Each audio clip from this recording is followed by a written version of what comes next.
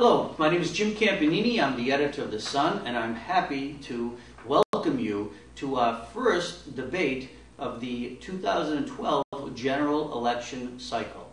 The Sun will be running 10 debates, all local debates for either state representative or state senator throughout the different communities. We ask you to watch for that schedule that is listed on our website, lowellsun.com, and also in the newspaper.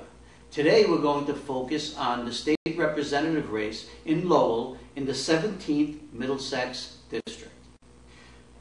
To my left, well, your right, is the incumbent Democrat, Dave Nangle, who will be seeking his 8th term on November 6th. Dave, thank you for being here. Thank you for having me, Jim.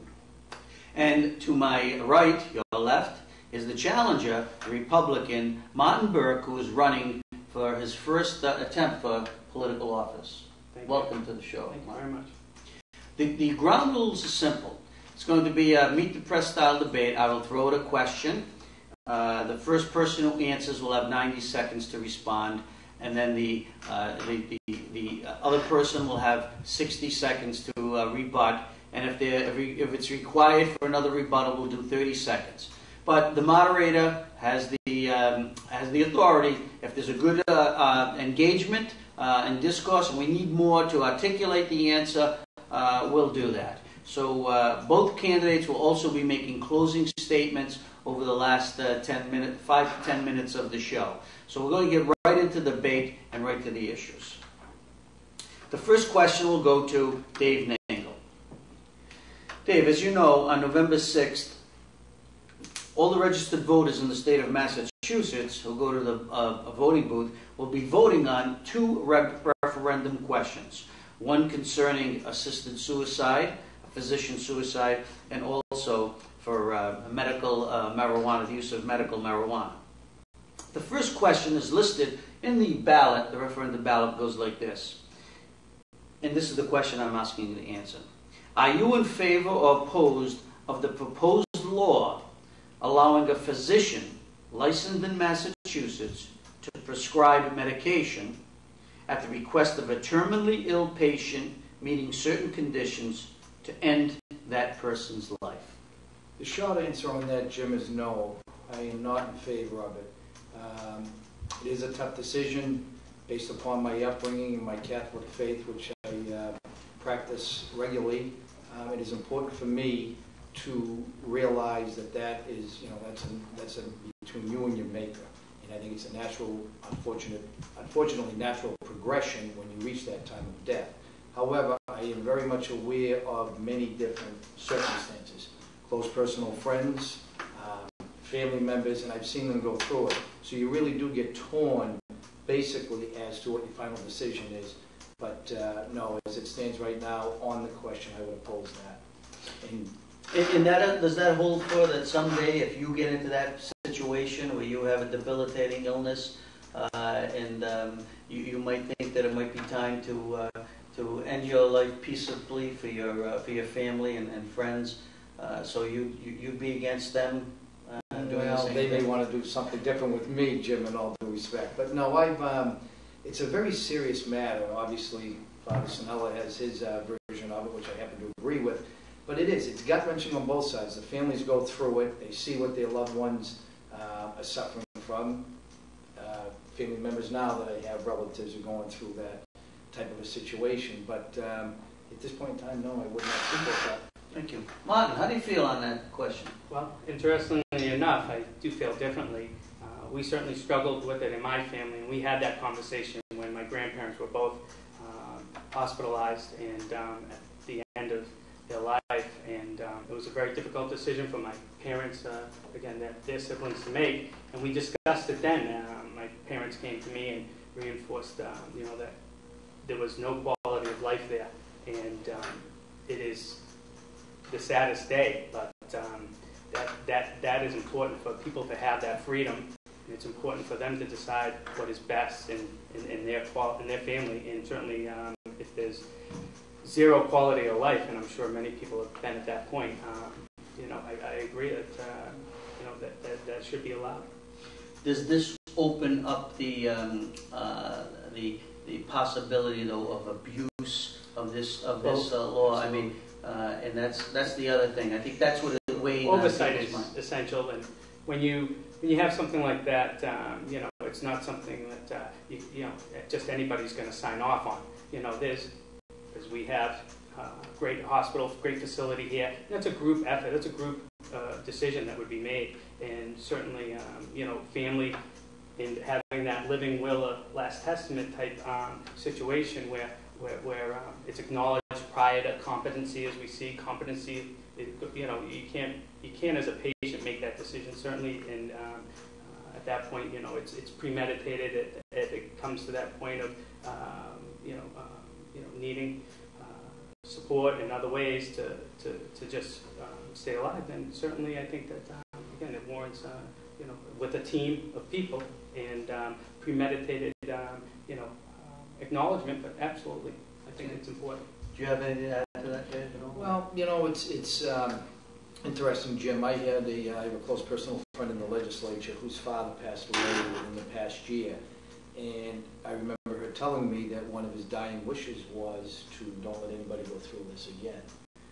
And this individual, being a state legislator, is still torn on her decision. So it doesn't get more personal than that. The individual passed away. I believe it was cancer, and it was very uncomfortable for that individual over the last several months. Basically, as we know, it becomes comforting care. I realize there's no quality of life.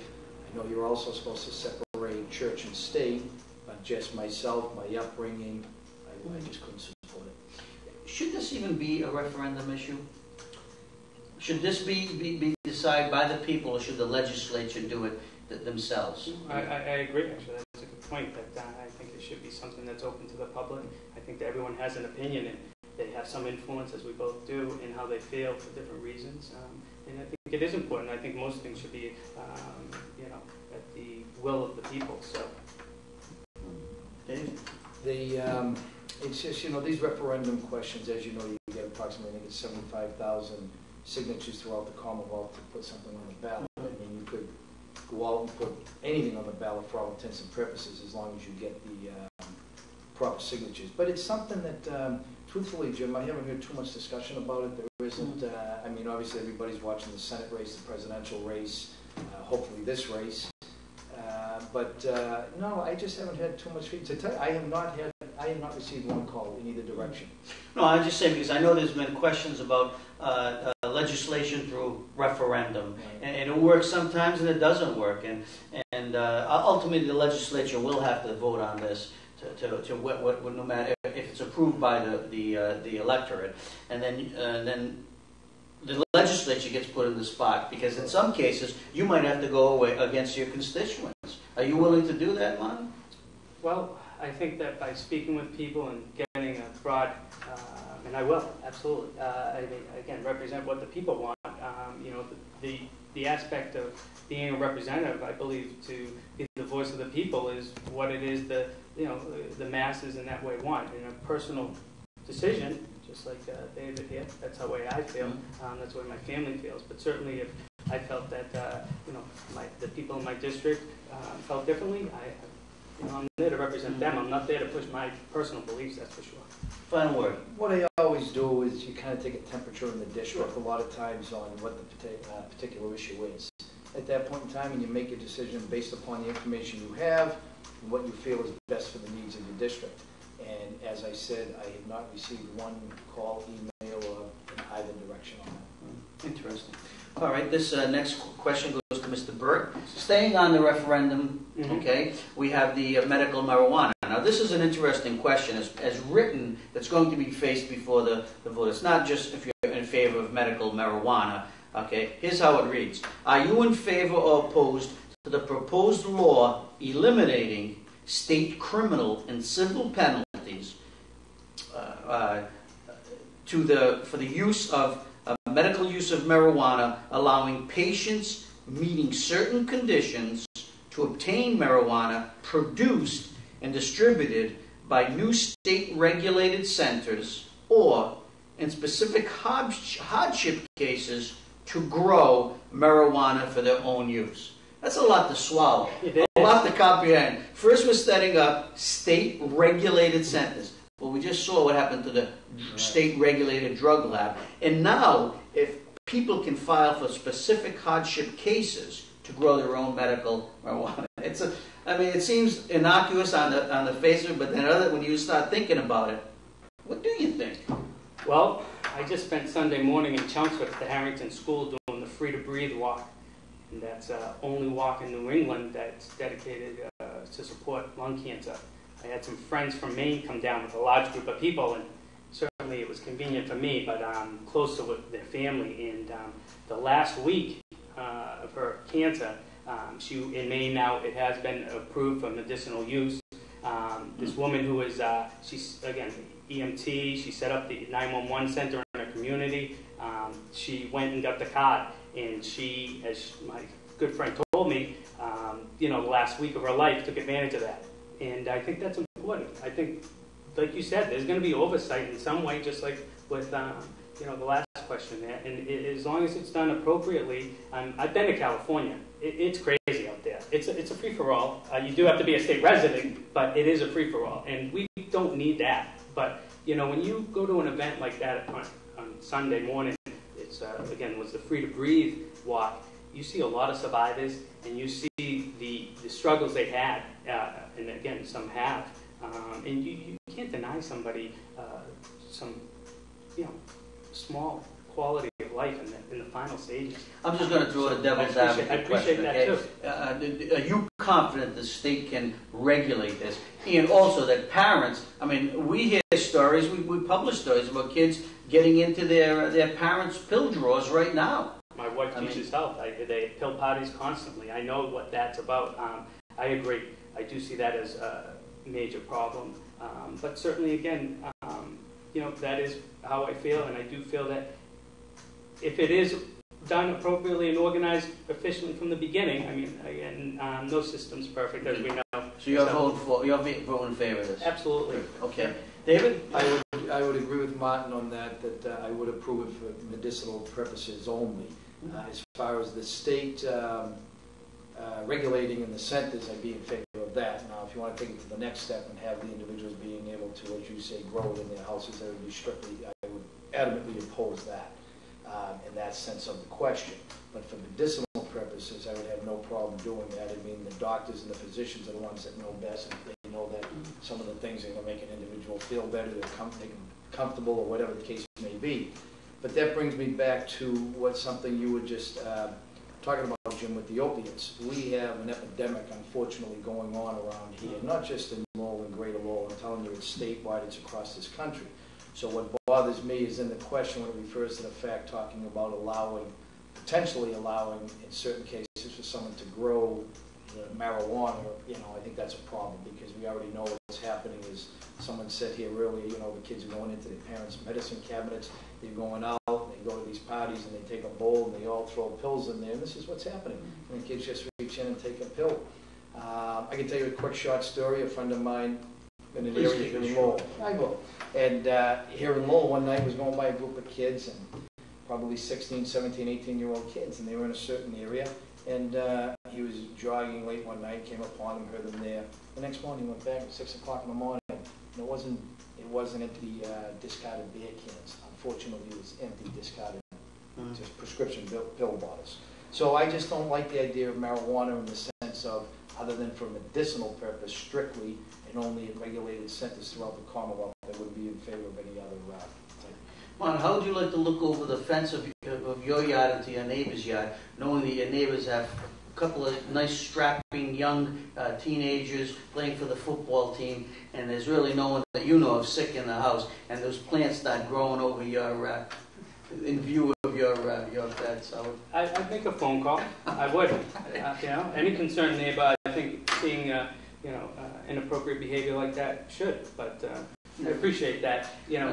Obviously, having similar views in some of that, as long as it's controlled and regulated in that way, and for the growing aspect of it, I agree. I think that you could have that regulated to just even within the state agency, as you acknowledge, and not giving people that freedom. I think that's what happens is once you give out some of that ability to take it out of your control there, whether it's the dispensary aspect or other aspects as you see in California. Sorry. But here's the key question.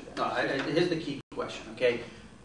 You know that not one of these state-regulated centers is going to go in all 351 communities. They'll pick out a regional center. And like Lowell has the only methadone clinic around, and they come from all over. How would you like it if in the 17th Middlesex District, okay, there is a state-regulated drugs, marijuana center where every day people from 10 communities come into Lowell to get their marijuana?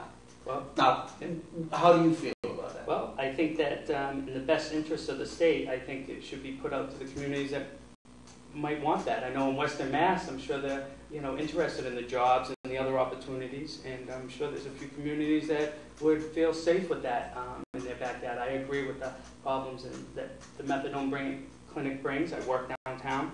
I have an office down there, and I see it every day.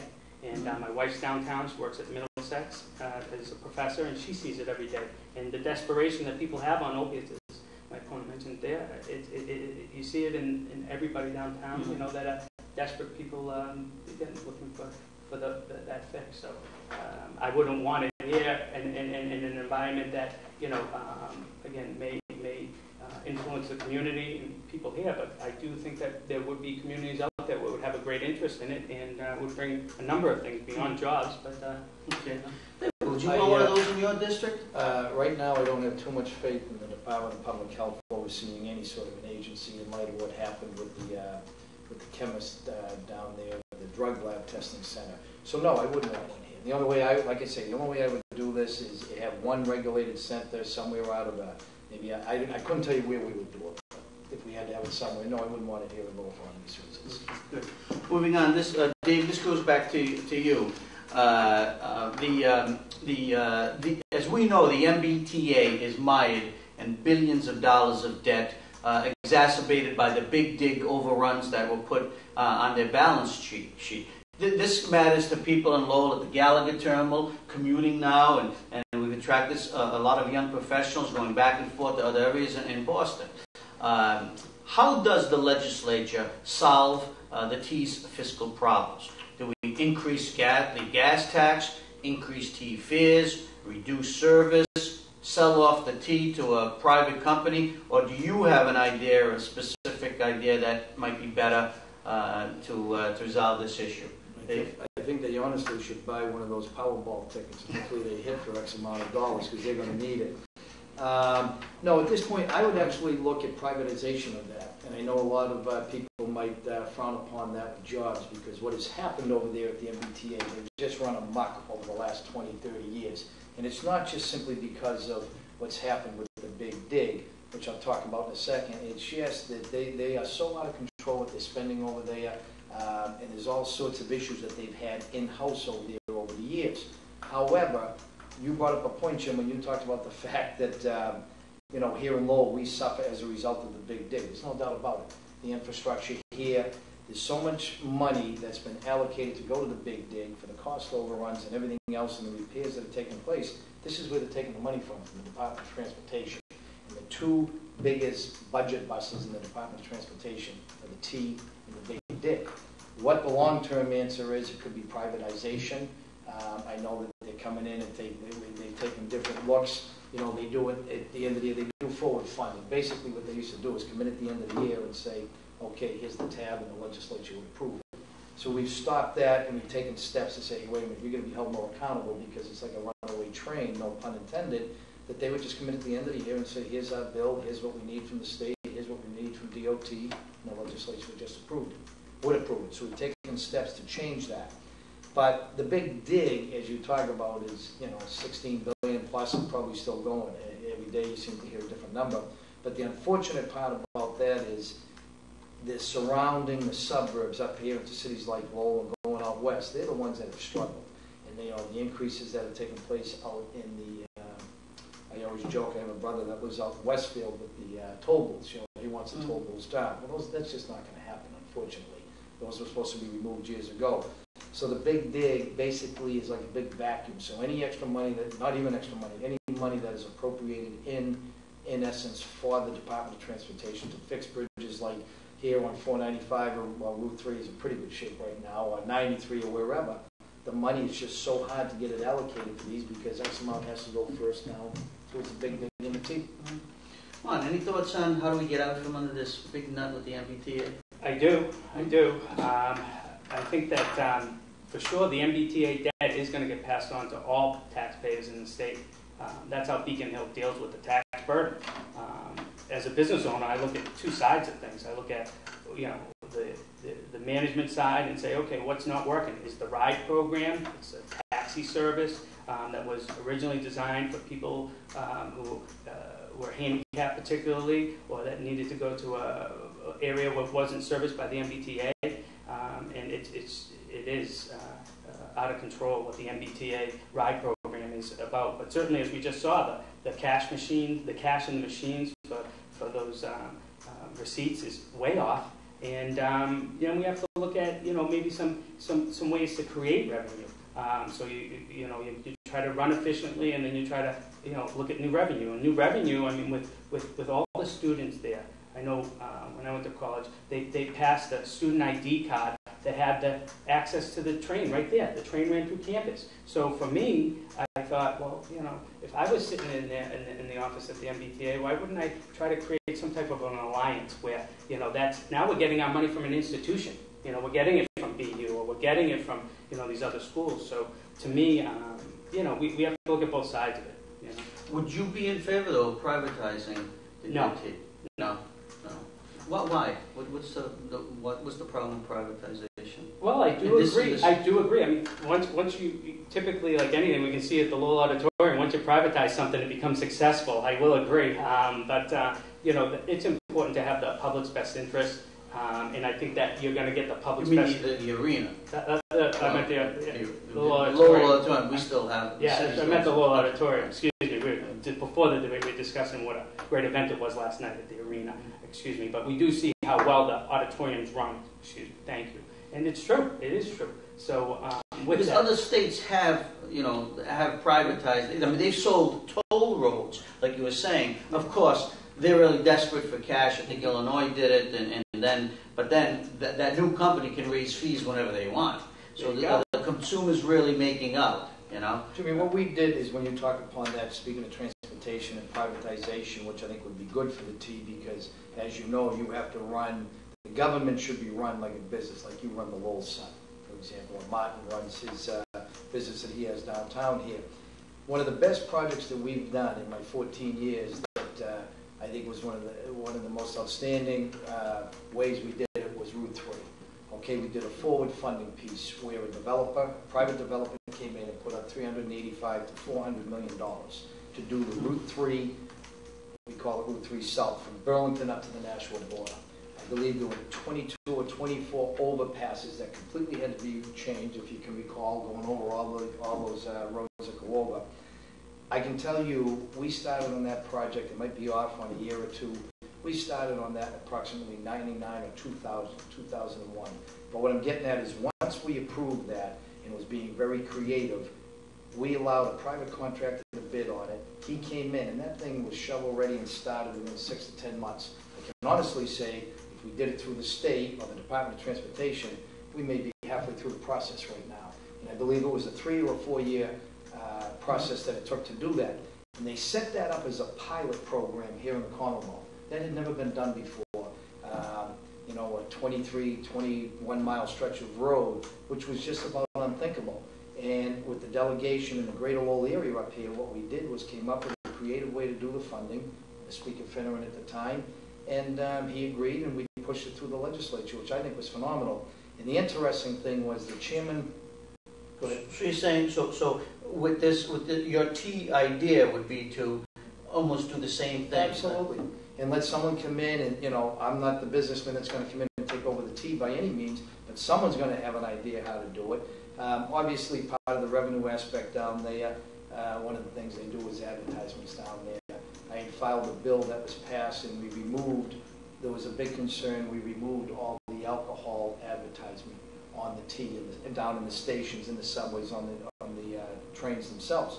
And as Martin said when he was in college, back back then, I assume, and up until about 6 months ago, you would get off any subway, look at any wall, and it was alcohol and Bud Lights and whatever, vodkas and all the flavored vodkas promoting this to the kids. So when I proposed the legislation, in fact, I worked with Mike Dukakis on it. Once he saw that I had filed the legislation, we reached out, we did a little work on it. The biggest fear they said was, I don't remember the numbers off the top of my head, I think it was worth like $80 million a year in advertisement. But at the same time, we had the argument back that don't tell me that Verizon cell phone or Sprint cell phone or whoever is not going to want to take the advertising spots. And that's what's happened. So it kind of worked out. Well, so it was just being a little creative. Here's a question, though. This is playing out in Washington, too, okay?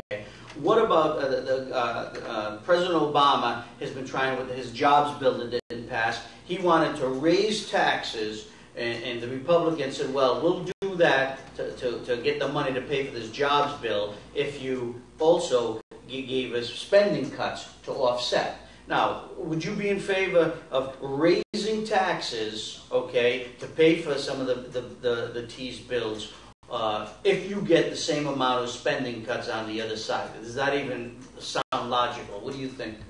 I think that's the problem with politics. You know, again, retribution in some way is, you know, how everyone leverages, you know, what are you going to do? So how things get done, but it can't be done that way. You know, it's a net, you know, at that point, even if it wasn't. Well, you will lose service. Well, I was just going to say, but the true loss is to the voter in that sense. It's not just in strategy of legislation. So, yeah. Dave, raise taxes? No, I would not vote to raise taxes at all. No, I wouldn't. All right, Martin, this question goes to you. Are you in favor of extending the state's bottle bill to include containers that hold water, iced tea, and other non-carbonated beverages? Well, my first job out of college was driving a truck for a recycling business, and that was a long time ago. But then it was essential. Now, I'd like to see first, before we go that route, which again is an indirect tax, but anyway, again, I would like to see all 351 communities in the Commonwealth become recycling, compliant with some type of programming. I also would like to see us increase programming to schools, industrial, and corporate, including those entities, and maybe recycle textiles and other things. And you know, we're creating jobs in those ways, and we're at the same time, not passing that tax on. I think, almost 20 years ago, it was important, a combination of reasons why. But certainly now I think that we can do without, and if we just were more organized from the beginning, as I say, from the point of consumption, and in the garbage, you're dropping, fees and all those other things that go along with those, and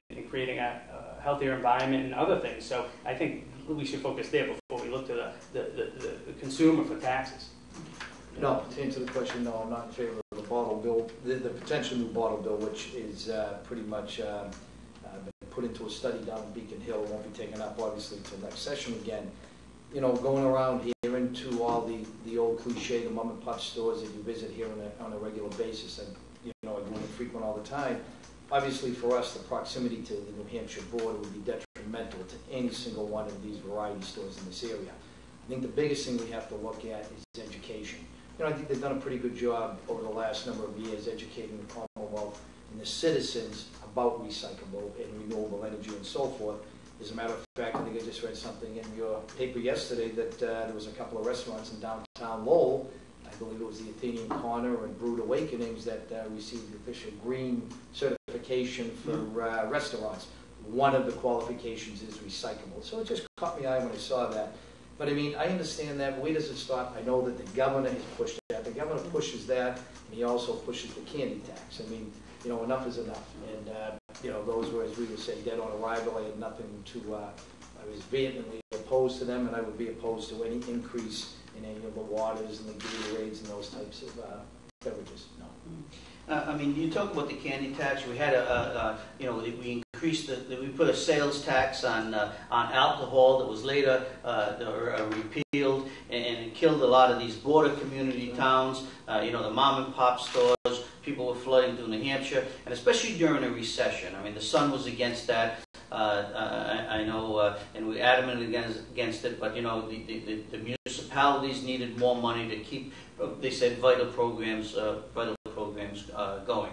But, I mean, is the answer for new revenue always to turn to more taxation in Massachusetts? I mean, and the budget is now $32 billion, you know, and we're still starved for revenue. We've still got a structural deficit. Well, what happens is it's a $32.5 billion budget this year, another balanced budget as we've done over the last 5 or 6 years.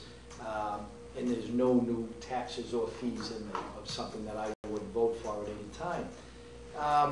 The long and short of it, Jim, is unfortunately the biggest budget buster that we have, approximately a third of our $32 billion budget, is healthcare. We've addressed that in other ways. But no, I would never support any new taxes or fees. You can't, when you're in a bad economy, when you're in a bit of a recession, maybe we're coming out of the recession, it all depends on who you listen to, you cannot tax your way out. Absolutely not. Fine. Taxes and fees. What's your philosophy on it? Do we have too many in Massachusetts? Just enough?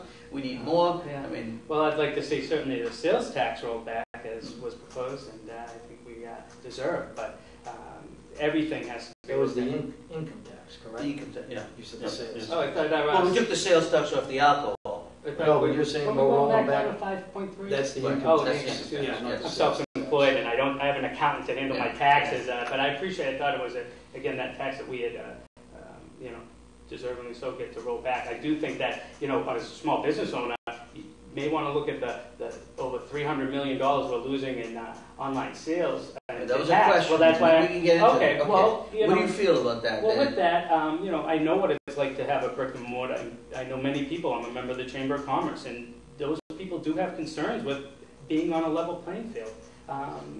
It is something that if you were to consider the sales tax coming down to 3% flat across the board, that might work. Might balance out the money we're losing for the brick and mortar sales tax versus the online revenue and creating more of an even playing field. But well, no, I was going to say the state the state has done studies and certain business groups have come out with the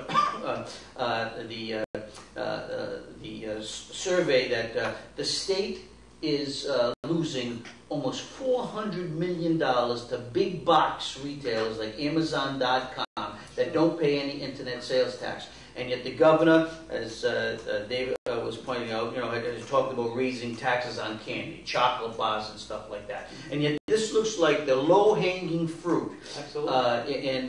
It's there's a program, the Main Street Fairness Act. Mm-hmm. Okay. Now California and Pennsylvania just enacted this to get the tax from places like Amazon.com because it was hurting their small businesses.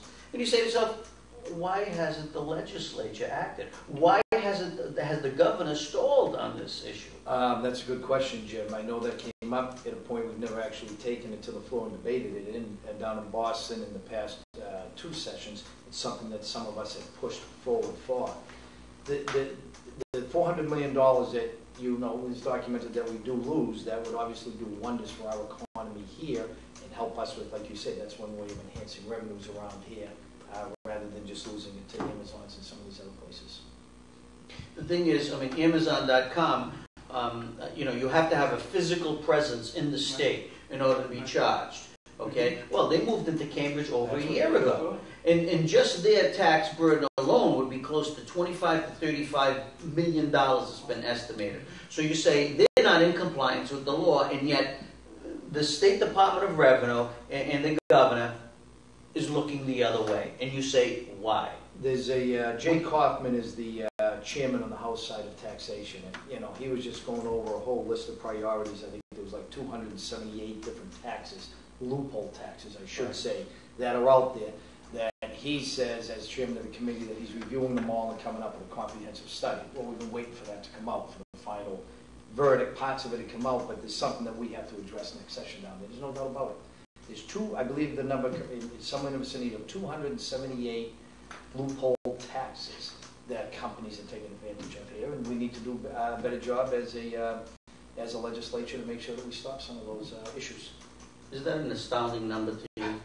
It's overwhelming to me, but I will admit, as I've just mentioned, I do hire a person that has specialized knowledge to make sure that I am appropriately, filing my taxes. And one of the things that she's asked me to do every year is acknowledge what I do buy online, and I do have to, as a person, as a consumer in the state, pay that income tax. And we have a responsibility as a consumer, though, to do that. I will say that I just ordered some things online, and I couldn't find them. Specialty lighting, it's tough to find good lighting. I live in an older home, and I wanted some period lighting. And when I found the website, they told me that they were going to charge me the sales tax. They just got bought by Lowe's, and I thought, that's great. Obviously, one, it's a specialty product I couldn't find, and two, I bought a few other things online, and I'm usually getting it at a steep discount, even from like a Lowe's, where we wanted to get a sink, and you pay retail or you pay right from the distributor. So I was saving 30%. I was glad to put aside the money for the tax. But you were happy to pay the tax? Absolutely. I was getting almost 30% discount. So I think that most consumers would be happy, because they do know that, one, they're getting a product that is a specialty product that they're unable to find in the community. I think a lot of people do shop locally, especially in our communities. And I think that if it's something that you're getting such a steep discount, I think people would be more than happy to. Okay. Being a small businessman, like you say, and I don't know if you've spoken to other businessmen in your campaign here. Mm-hmm. I mean, what are they telling you? Do they think that the businesses are overregulated? You just said that a woman you've hired, that's another expense, to tell you to do things properly and make sure that you're in compliance with all these things. Mm-hmm. I mean, are you being overregulated in Massachusetts? Well, I'm a real estate appraiser. I'm a certified residential real estate appraiser. We've seen the federal government and Fannie Mae and Freddie Mac dictate a lot of the changes in my profession over the past couple of years. So that's a little different, but I've talked to many small business owners, and they do agree that the regulations that have come down, that costs, as you mentioned, that they have to incur, really does cut deep into their margins. And the economy is in a turbulent time to begin with, and as we know, it is a lot of businesses are out there are hesitant to maybe make those investments, not knowing what's going on. So like anything, depending on the business they're in, particularly like myself in real estate, who and what they and why they control or want you to do certain things now in order to become compliant, is kind of specific to them. But overall, absolutely, you can go to any Chamber of Commerce event, any mixer, and find that out. But who do you fault for that? Now, we've had Republican governors in the state. We've had a Democratic governor who was re-elected. We have an overwhelming Democratic majority in the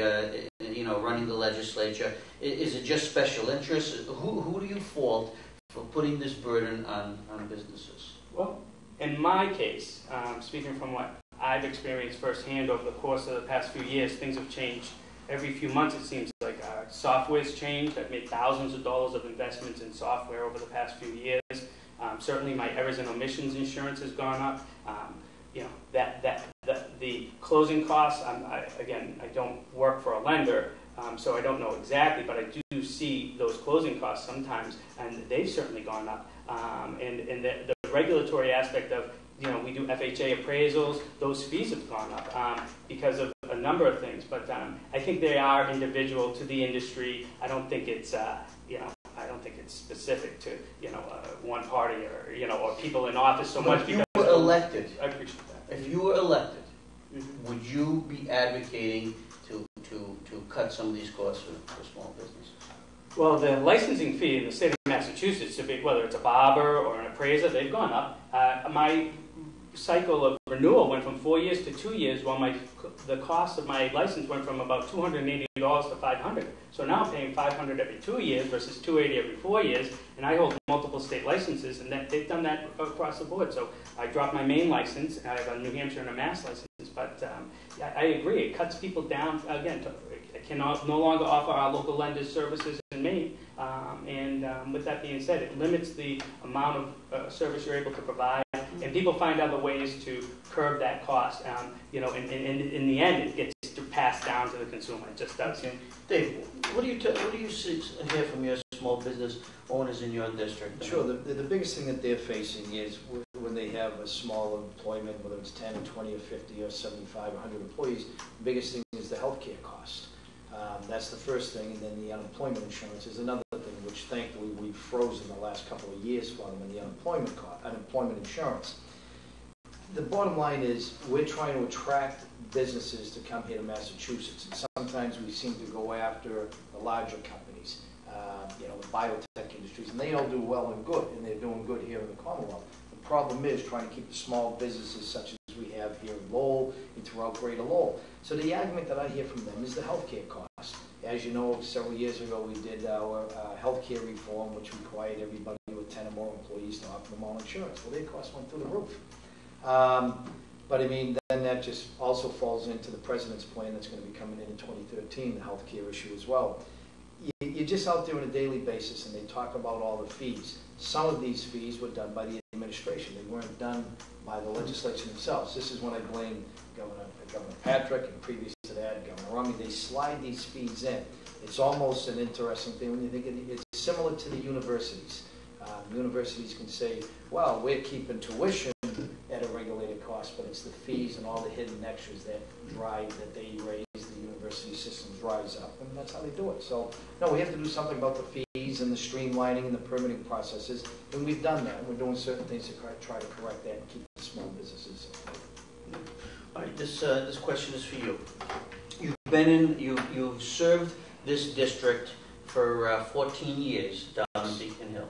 Okay, is your district, do you believe, better off that Dave Nangle has been serving them for 14 years? And what are the things that they are better off with in those 14 years? Oh, I would think so. That it's something we talked about earlier, the Route 3 legislation, which was the first one in the state. We had the reinvention of the Julian Steel project just up the street here, that we've taken, 280 units of, for all intents and purposes, unrepairable housing, taking some of those tenants and those individuals that were so-called warehoused up there and put them in different pockets throughout the city to give these individuals, some of these struggling families, an opportunity to be in a neighborhood in the Highlands of Belvedere or Pawtucket, wherever that may be. So Julian Steel is a place that it isn't completed yet. We need some more money. We based it upon numbers, 10, 11, 12 years ago, and unfortunately construction costs have gone up and the housing market, et cetera, and that. So between Julian Steel, the Route 3, I'm going to tell you something else that is the most important part, I believe, is the prime objective of any individual legislator in this Commonwealth, all 200 of us, and that is constituent services. When that phone rings into your office, those people that are calling you, they're at their wits' end, unfortunately. They've hit the wall, they're fed up with all the red tape. You try to assist them in any way that you can, whether you go and you're helping them with a loved one, maybe you get a young 12-year-old that's never seen a dentist. I mean, these are the things that are happening out there. And you get that young person in to see a dentist, you might get a loved one into a healthcare facility, you might get a family member onto insurance, you might be lucky enough to help someone obtain a job by writing letters of recommendation and trying to assist them. So constituent services to me is the most important part of the job. But just to go on about other things here in the area, the university, I mean, you can talk about all the money up there that they've been able to. We put the money into the bond bill. The governor picks and chooses the projects. But if the money wasn't placed there by the legislature or allow the governor to borrow the money, the university wouldn't be getting what they're doing. The nanotech building, the health services building up there in Wilder Street. I mean, I can go on and on as we go around here around the city. Look at the Hamilton Canal. Millions, hundreds of millions of dollars have gone into that Hamilton Canal. We have a judicial center that is coming online. We have a Middlesex Community College that has done well through. So I go on. I have to sure. Now, Mon, he has a record. You're running first time for office. What do you think of that record, and what would you do better or could do better if you were elected? Well, on some specific notes, certainly. Yeah. There was some legislation to have some oversight on the state-issued credit cards. And the state-issued credit cards are, there's no review, there's no oversight. And it is truly carte blanche. And it's important. Dave, again, did not support that. Is that the welfare EBT cards? No state-issued credit cards for people. Again, and that being said, I know David mentioned that the advertising was part of something that he proposed, and to be taken down from the MBTA. When he was asked by the media, and they asked him what the impact was in dollars, he wasn't able to recall, similar to when he was asked about the legislation he supported for sex offenders. When they were in the library, he didn't know that it was level 2 and level 3. There's a big difference there, and certainly, I mean, I'm all for an absolute situation on that, and again, in the library, but it's important to be conscientious and aware of what it is you're supporting and what is on the table there. So on that note, certainly with those few things, but the delegation's done a great job. We want to make sure that those projects don't stall, and that there is no problem with funding. The delegation works fairly well together. I'd like to see them work a little better with the community and the leaders in the community, whether it's police, the city manager, things like that. But overall, the delegation does a great job. Oh, I think we work very closely with the local police. We have a fantastic police chief in Kendall Valley here. With the Shannon grants that we do, we work with all the community leaders, the city manager's office, the CBB, and go on a whole list of things. But I just wanted to touch upon something that I wasn't sure what Martin was talking about for sex offenders, but it was my bill. We became the 26th state in the country. We worked on this for 6 to 8 months, back approximately 05, 06, I believe was when the bill was passed. And it was my bill that we started to monitor these level 3 sex offenders, because upon release, when they served their time in incarceration, these offenders would go out, and we didn't know where they were going. The perfect case in point was the Bazanowicz individual up there on Westford Street that went down into Woburn. The problem was he had an address here on Westford Street in Lowell, yet he was staying in Woburn with a girlfriend, and 2 doors down was the Presti family, and we all know what happened then. So as a result of that, I was the one that filed the bill. I was the one that got it through, and now we know where all the level 3 sex offenders are at this point in time throughout the Commonwealth. It's been a very successful program too. We're getting close to the final statements, but just one last question, and hopefully we can do this a minute apiece. Martin, if you're elected, what is your number 1 or 2 priorities? You go down there, and for the people of your district, what are you going to do?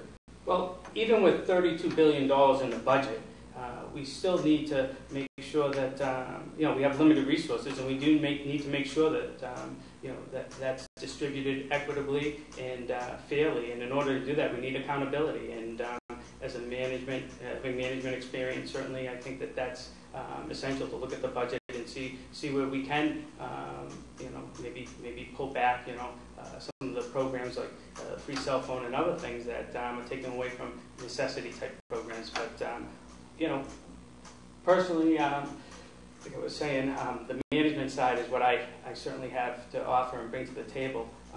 And that's a big aspect to making sure it is efficient, and that there is sustainability and some other, for those programs that are there. Again, like I said, the management aspect is. Thank you. Dave? I think the big thing is that you always go down there is to fight for your fair share. As a matter of fact, we increased local aid by $288 million this year in these tough and difficult times. Sure, I'd like to go out and cut all the fees and taxes, but you just can't have it both ways. So the way you have to do it is take the money that's appropriated and go in and fight for your fair share here for Lowell and Chelmsford, where they've done very well in this past budget with the increase in local aid and Chapter 70 funding. Then the other thing is, I think we just need to continue to work. We have 2 great higher education institutes here, Middlesex and UMass Lowell. I think they're both doing a fantastic job. They're working to, the Congressman, the Chancellor, is working to make UMass Lowell, it used to be known as a commuter school. He's obviously looking to change that, building more dormitory space. And the other thing is, the one project that we have left as a delegation is to get the judicial center, get that finally, get a groundbreaking, and that's one of the goals that I would have. Okay, thank you very much, gentlemen. We're in our phase now where each of the candidates would be able to look right into the camera and tell you at home why you should vote for them on November 6th. Martin, why don't we start with you, and we'll give you the first look right at the camera, and this is your closing statement. Thank you. I want to thank the Lowell Sun for organizing the event. Certainly thank Jim for moderating, and thank my incumbent opponent for his 14 years in service. 14 years is a long time. I would like to see a better return on our investment. My name again is Martin Burke, and I'm a 4th generation Lowellian in this district. and it would be a great honor to be your legislator. I'm not here because I want to be a politician. I'm here because I want to be a statesman.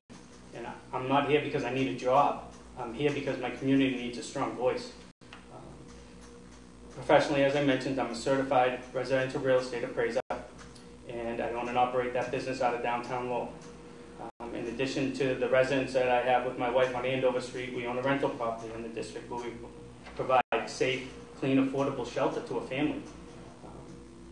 As an appraiser, we're trained to be unbiased third parties.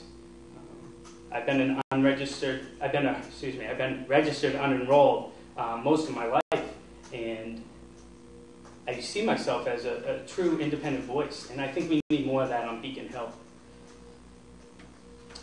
You know, I have a vested interest in seeing how that money gets managed up there, as most of the voters do in this district. I'm on the board of the Boys and Girls Club, the board of directors there.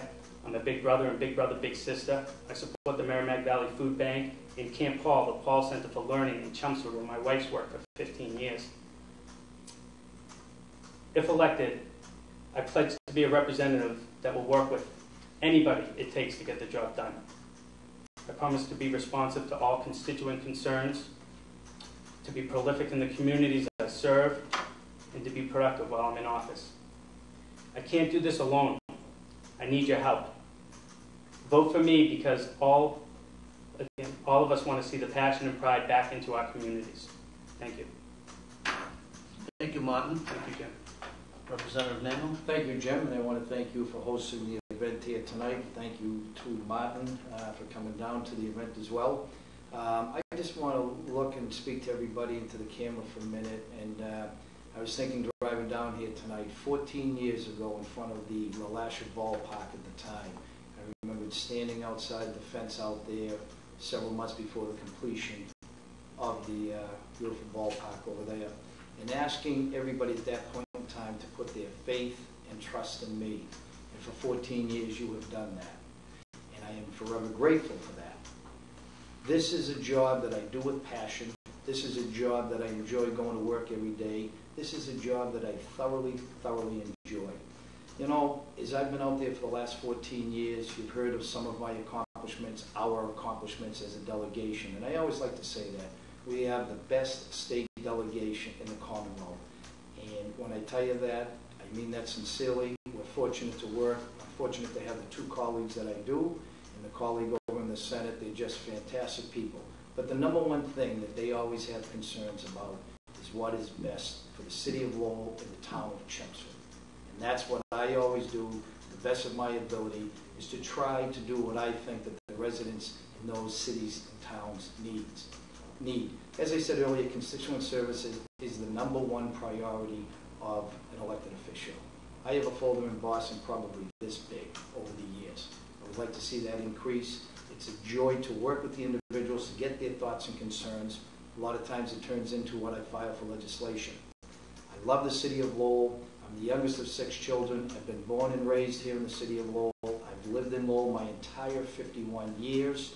I enjoy the city of Lowell. We have one of the best communities in the Commonwealth.